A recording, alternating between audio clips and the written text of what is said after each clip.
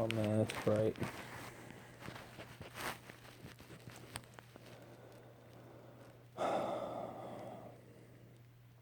It's like 1:30 in the morning.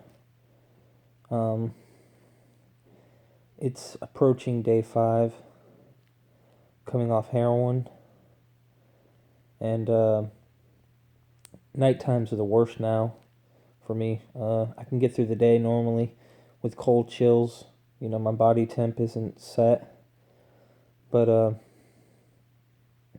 gonna try and back up a little bit here. I'm just like, I'll lay in the bed for hours and I'll toss and I'll turn, trying to find a way to get comfortable and maybe close my eyes and like let my brain shut off like any normal person does to go to sleep. Yesterday I tried taking 3 Benadryl.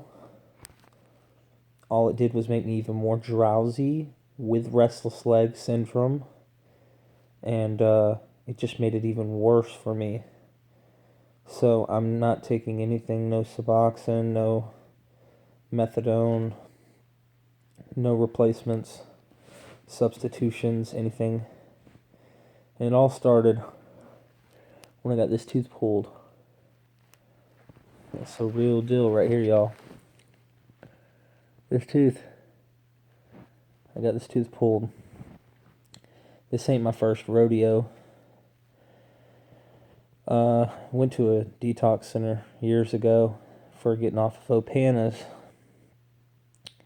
oxymorphone. And had all started off with that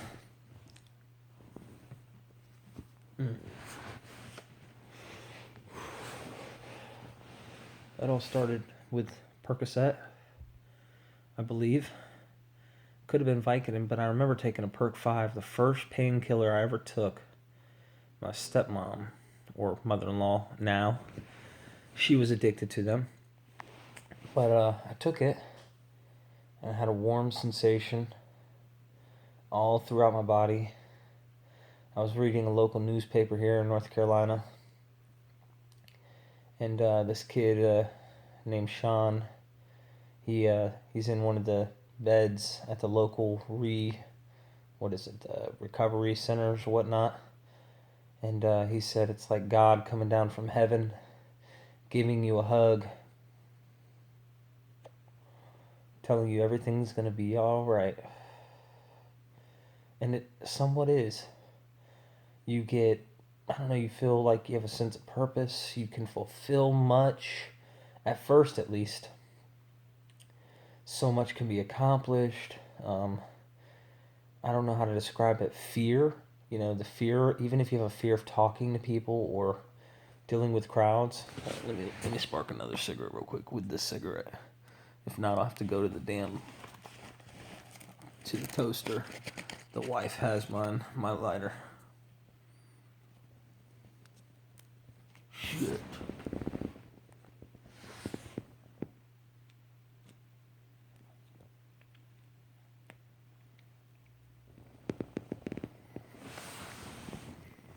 Put it on my banana.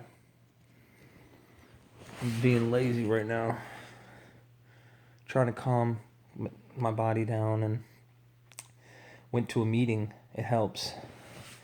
Alcoholics Anonymous, AA, the 12 steps to talk to people.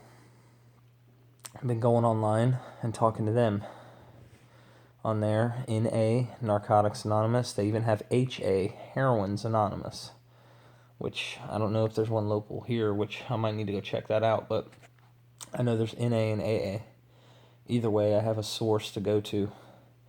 You got to share this. You got to have people to talk to. You got to talk to people. I'm smoking this cigarette just to smoke because my mind will not stop ticking and ticking and ticking. It's an endless, I don't know, I feel like I could stay up for days. Because on the heroin, you could sleep for days. And I feel like it's like my mind is telling me hey, asshole, You know, those times you nodded out and just got to lay there and just for hours on end, day after day after day, you know, either woke up and did a big shot and you were fucking laying out for hours before you go to work or decide to go to work because I own my own business. Or, hey, asshole, when you got home from work or after you got home, you did that huge shot and you lay in bed next to your wife and you're supposed to rub her down or help with the kids or cook dinner or do something. You just nodded for hours. Yeah. Guess what? I'm back. So, it started before all of that, before taking that perk. My father's an alcoholic. But I told myself I don't have an alcohol problem. I'm not going to be like my dad. My dad was abusive, man. I'm not going to frickin' do that to my wife. Let my children go through what I went through. Repeat the same vicious cycle. I'm not going to be an asshole like him. Why would I do something like that, you know? I'm not that kind of guy. I would never do that. As a matter of fact, my father, he's special forces. You know, U.S. military. He used to tell me, smoking weed is for losers, man. Smoking pot, only losers smoke pot, son. You're not a loser. So I always was like, yeah, that's right. I'm never going to do that. You know, I'm not a loser. Well, I was a jock in high school. You know, I was one of those jock type, if you will. But I got along with everybody. Didn't matter who you are, what color, what group you hung out with. I was cool with you. I was always cool to everybody. And I sure as hell tried smoking one night, drinking at a bonfire. I was spinning, howling at the moon. And it made me feel like, whoa, what the hell have I been missing? And I was laughing, and it was fun. That's before I ever tried a perk. I was drinking, but I drank fun-wise. I was never a fucking abuser, right? I'm not gonna be like Dad. Dude, this shit is scientific. Okay? This is not... You can't change your genes, okay? Maybe one day science can do this, but it's not gonna happen. And if it can happen, we don't have the fucking money. Shit, I can barely pay my mortgage. How am I gonna come up with something that could change my entire gene structure to remove something that's genetically encoded in me that causes me to be obsessive in the mind and have a difference in a body, an allergy to my body that's different than somebody else who can drink or take a pill and not have to have another one when that one wears off or starts to even barely wear off. So I started taking painkillers. Started taking Percocets. Sometimes couldn't find them. I could find these little Roxys, little blue, little pink, whatever, you know, 10s, 15s, the green ones, the 30s, the blues. And then this is back when Oxycontin used to have them crushables. And of course, they ended up changing it to OPs, which are now like a gel type substance. They can't be crushed. And man, the Oxys were freaking awesome at the time. I liked them, and I was like, okay, cool. Then they changed it. So I couldn't do the high milligram that I wanted of the Oxys. I had to do either Roxys or Perks, which was actually less than what I started getting used to when I did the Oxys. One day I called up a connect that I had to get Percocet, and she said, I have no more Percocet. All I have is oxymorphone. And I was like, oxymorphone? Yeah, they're called Opanas. I was like, that's it? Dude, that sucks. What is that going to do? I'm just saying, you know, that's all I got. I'll give it to you for $5 a piece. Come to find out, they're 30s, okay? Nowadays, you can sell them for $2 a milligram. So 30s can go for $60. These are back when Opanas were stop signs. Before they ended up rounding them out like they do now. They have them rounded out. They're similar in color, but they're not stop sign shaped. I don't know if they had a different formula then, if they were stronger. I don't know. All I know is I got when I swallowed it because I didn't really know how to suck the coating off and clean it. And I was like, dude, this thing sucks. Because I really didn't feel it. I really didn't. I swallowed it. I'm used to snorting now. Because it's quicker. It goes in faster. Someone teaches me, how to do it. And I do it, and I started doing it. One person said, dude, you can get oxymorphone? Dude, this is how you're supposed to do it. Really? Okay. I'm no loser. I work. I take care of my shit. You know what I mean? Right? If you think you got control over this thing, man, think again. I don't have a choice. I don't have a choice. People think this is willpower. Well, those people are just fucking weak. Their willpower's weak. Oh, my willpower's weak, huh? Well, then let's do a test of willpower. Okay? I test your willpower to snort 330 milligram oxymorphones, and I'll snort 3. Let's see who's got a stronger willpower to complete the mission. I bet you I'll beat you. If you're not an addict, my willpower is stronger than yours because I'll accomplish it. It's not about willpower. This thing is obsessive of the mind. Like, you can't change how your mind thinks when your body is chemically reacting to these things as well as the mind. It's not just just do it moderate and put it down. And no, you can't. It's not like that. It's harder to describe than that. Some people take them and throw up and they just get sick and nauseous and shit. When I threw up, I knew that I was high. I was like, dude, yes, I accomplished what I wanted. I got freaking stoned. I threw up. Yeah, let me do some more. And if I throw up even more, oh, dude, I'm even more fucked up. Tell me that's not sick. If that doesn't tell you something's different about me, then the next person who does it, pukes, has to go to sleep, they're nauseous, they're spinning, they don't feel good. And I'm the kind of guy who's like, dude, I just threw up everything I just ate, and I feel fucking awesome. What? Yeah. So that's how it started. And then I had a rude awakening happen to me. Very rude awakening. Using up most all my money. Started pawning shit, that I shouldn't. Getting rid of stuff because I needed my medicine. Or I was going to be sick. And I'm not talking about, I just have a little fever today and I just don't feel good. It's the next thing to heroin, oxymorphone. It's synthetic to morphine and similar to the base that, what heroin is made from. So, of course, I told myself at this time, hell no, I would never do heroin. Are you kidding me? Heroin? Losers do heroin, right? Who's that sound like? Does that sound like my dad or what? Well, I didn't do heroin. I went to the rehab center. Well, my wife drove me while I was unconsciously puking out the door. And I'm talking, at this time, I knew I was going to the rehab center. So I told them, I'm not going unless y'all buy me a whole lot of these. Get me super high in order for me to go in. It's so selfish. So I think we bought 5 30 milligram Opanas. And I did all 5 of them. And dude, it was disgusting, man.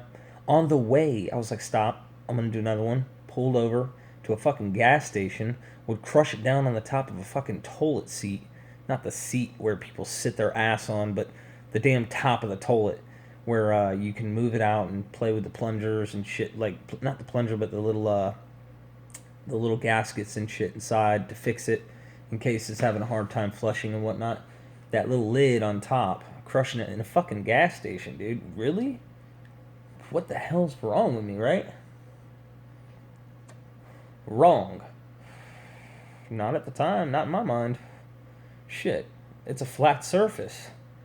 It's hard and it can crush. So I did it. I woke up I think at 3 or 4 in the morning with this lady coming in my room, waking me up, disturbing me, wrapping a blood pressure fucking machine around my arm. And I hate that when your heart's beating in your arm and the blood pressure. I've just never really been hospitalized much in my life. And I was like, oh, what are you doing? Where am I? You're in the rehab. You're in the detox center, rehab, the rehabilitation center. Like, you're detoxing. And I'm like, holy crap, what am I doing here? I'm not like everyone else. I'm not an addict. No, I'm not that. Well,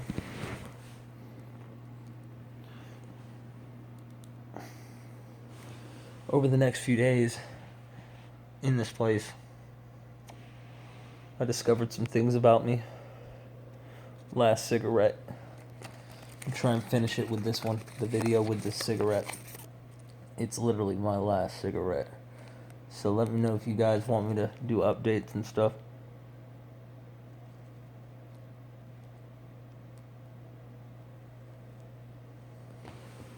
Alrighty. So, getting ashes all over me and everything. Alright, so while I'm in this place, right, I live kind of in the hood, around the hood, at least. There's some really rich areas nearby, and, like, you could drive, like, 2 minutes down the road, and, dog, you got freaking Snoop Dogg and fucking, all these hardcore gangster type dudes that, were going to my school and stuff that I knew, and they're over here selling dope, selling this, selling weed, selling this, crack, cocaine, whatever. And I remember in the desk, in the room they had me in, there was this etching on the desk. Someone carved. And he's like, yo, I left this place a changed man. I can't remember the guy's name. He had a code name. You know how they always have code names like drug dealers have? A couple drug dealers, for example, I know like Black Pat or K or, let's see. I know one named Blaze. And they just have all these wild names. Well, let's just say his name was Young G. And he's like, I left this place a changed man, Young G. And then he dated it. Well, a couple years later, Young G must have come back. Because he etched into this same wood. It's the same shit over and over again. I'm insane. It's never going to change. Young G. And dated it. It's 2 years later. I'm like, what the hell is that? That's insane. So I went and grabbed one of these pamphlets out in the area where everyone hangs out and they make you do these exercises and participate in these little games and stuff. And you're like pissed off at the world. You're not fucking feeling it, dude. Let me lay down in my bed, give me something to feel better, and just shut up. But no, they don't let you. Or let me take endless showers while this is going on. They don't let you. Not where I was at. They would write that down as like insubordination and make it like a big deal for you. Well, you're going to need to stay a little longer. We don't know if you're ready. Well, that kind of crap. I read this pamphlet that had 50 questions. And in the questions, I'm reading. It's like, have you stole before in order to fulfill your high or whatever? And I'm like, ooh, yeah. Have you gone to jail over your substance? And I'm like, no, I haven't. Whew, cool. So I could say no to some of these. There was like maybe 5 to 7 out of 50 that I could say no to.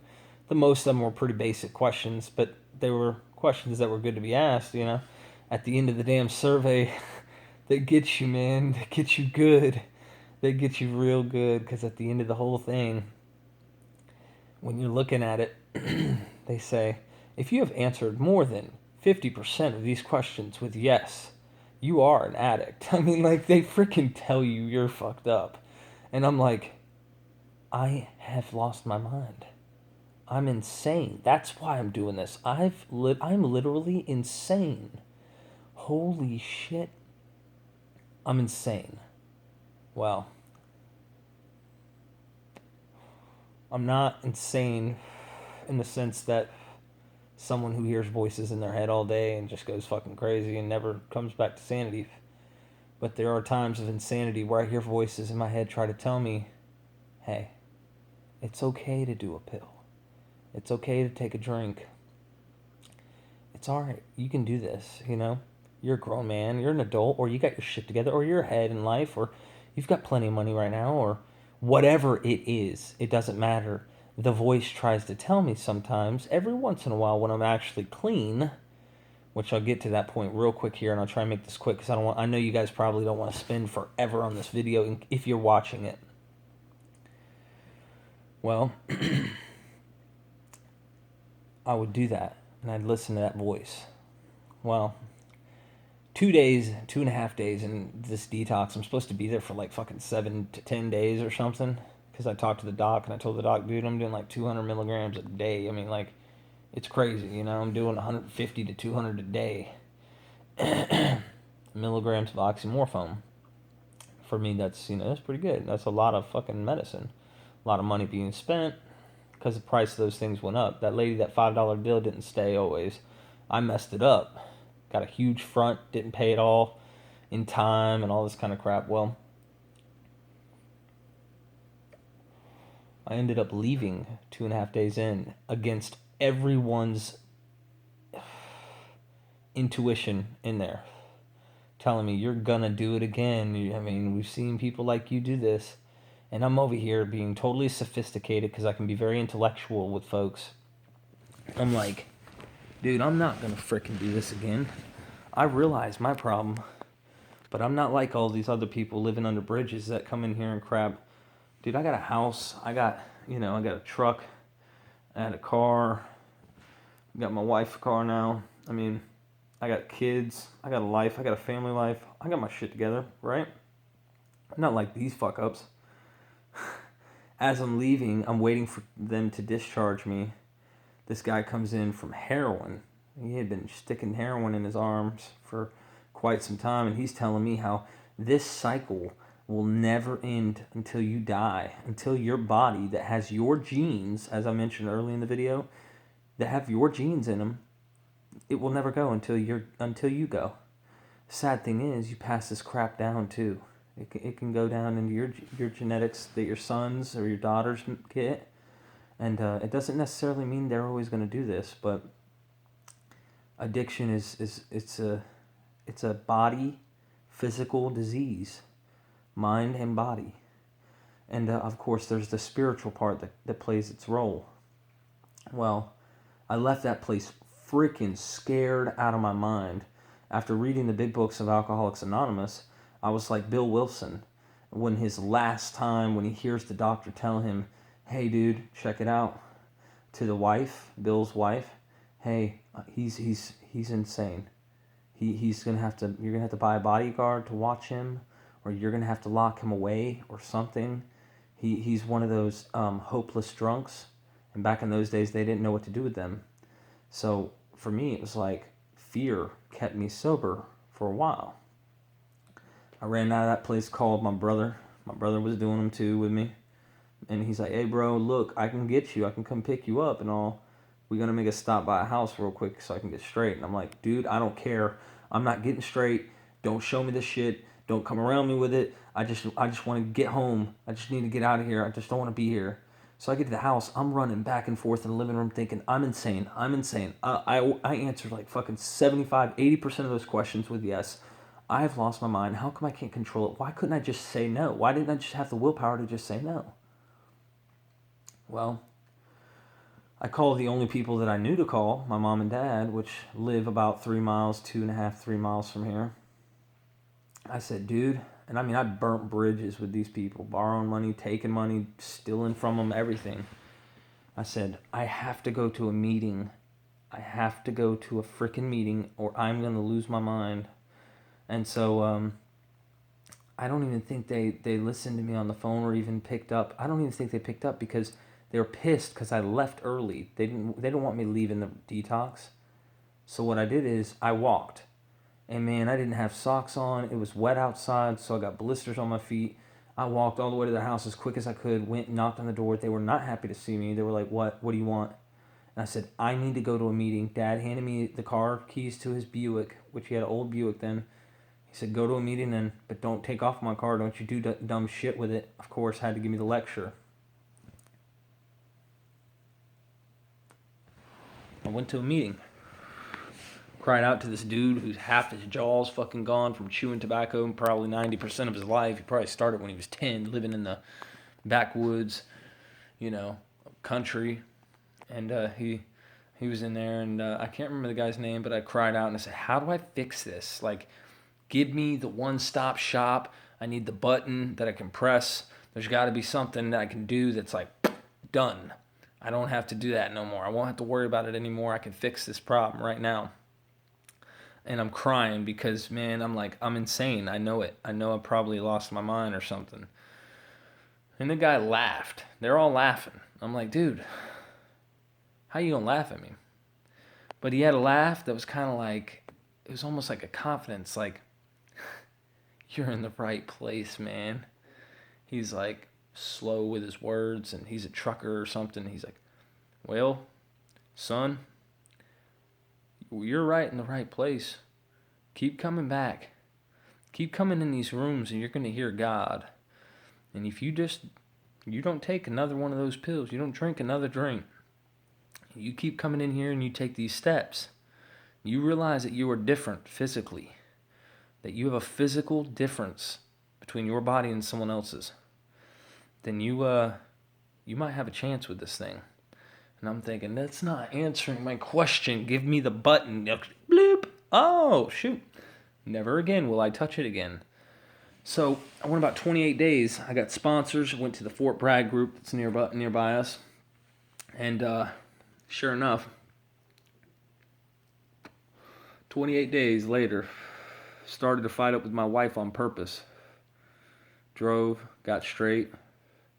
About 230 milligrams of oxymorphone. Went straight to oxy. Dude, I could have took a freaking Vicodin and probably got high. That's how long it was. Why oxys? Why the oxymorphones? Why did I go right back to the top instead of start slow? Well, I filmed myself getting high on purpose, not while I did it, but I had just done it and then turned it on the camera and I was like, honey, I love you, and I am just hanging out here in the condo, and I'm just waiting, and yep, now I feel that it's time. Yep, I'm feeling that it's time. I'm saying code things like that. It's like ridiculous. Why am I filming myself get high? So I went on like a 5-week spree, maybe even just 1 month, of using. And I used every day, of course. I called someone that I had their numbers from the rooms, someone to talk to, as I said early in the video. Called them and I said, look, I messed up. But because I had already started working the program and getting involved and stuff, I was ashamed to go back in those rooms because, hey, I fucked up, right? But they were like, no, don't be, dude. People need to see that. People want you to come back. They don't want you to stay out. They want you to come back in there. And I'm like, really? I didn't get it the first time around, though. Some of these people did. Doesn't matter. So I didn't want to go, and I didn't go right then, but called my sister. She's been down this path with meth. And dude, you want to hear a miracle, you should hear her story, right? I'm not even kidding. I mean, like, I just don't even want to go there. That story will be a rabbit trail.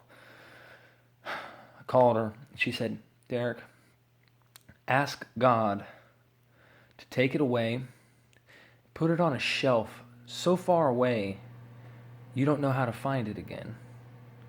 So I said, wow, ask God to take it away and go into a meeting.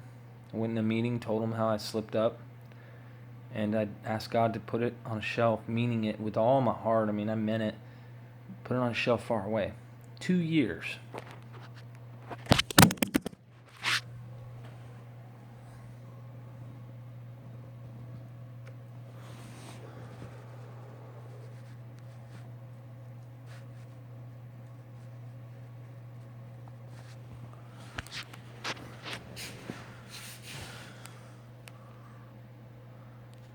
I guess my light went out.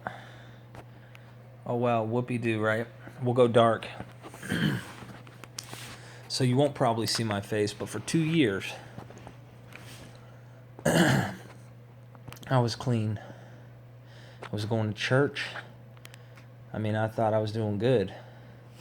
But I thought, hey, I have church. I have the spiritual side of it, the side that the Alcoholics Anonymous and NA, they want you to reach. They want you to get that spiritual experience and sober and get recovered so you don't ever have to do it again. But what I did is I forgot that I had a physical malady, a physical difference between me and the next guy. So what I ended up doing was 2 years later, and I don't remember exactly how this happened, I slipped up. I slipped up good. Once I slipped up, I can't remember if it was with pills or alcohol, because with alcohol, my wife left me. We got separated. And man, I was hurt. I mean, I was emotionally broken. I had started drinking before she separated from me. And when she separated from me, I got drunk, went to bars, strip clubs, the whole nine, drinking a half gallon of vodka. I was big into the clear stuff because the brown stuff was never always my thing, even though I would drink it here and there. Tequila, you name it, vodka, whatever. I'd wake up and get drunk through that day and take naps if necessary, and then keep getting drunk till nighttime. And sure enough, I moved to get away from that because I had some legal problems because of my drinking. I did some things while I was drunk that I shouldn't have done. Larceny charges. And so I moved. I moved to Washington State. Well, on my way to Washington State, I'm trying to get away from this. I'm getting drunk at every hotel we stop at. And I'm getting drunk when we get there. In fact, I stayed drunk there for a couple months till my sister, Manna, who was on meth, she told me, come to a meeting. She'll go. She hasn't gone in a long time, and it's a good way to keep her involved in the groups and in the message of Alcoholics Anonymous and helping the next person keep her sober, So I went. A miracle happened. I got sober. And as I'm up there, I'm working. I have to fly back for court for my probation, because now I've got probation for this crap. That's what my lawyer was telling me. When I flew back, I could have probably transferred to Washington, but my wife did not want to stay there waiting and taking care of all the kids. I have 3 kids, by the way, 3 sons, a lot of kids, and a lot of responsibility for her to work and have 3 kids by herself. And I ended up just having them come back to North Carolina. When they came back to North Carolina,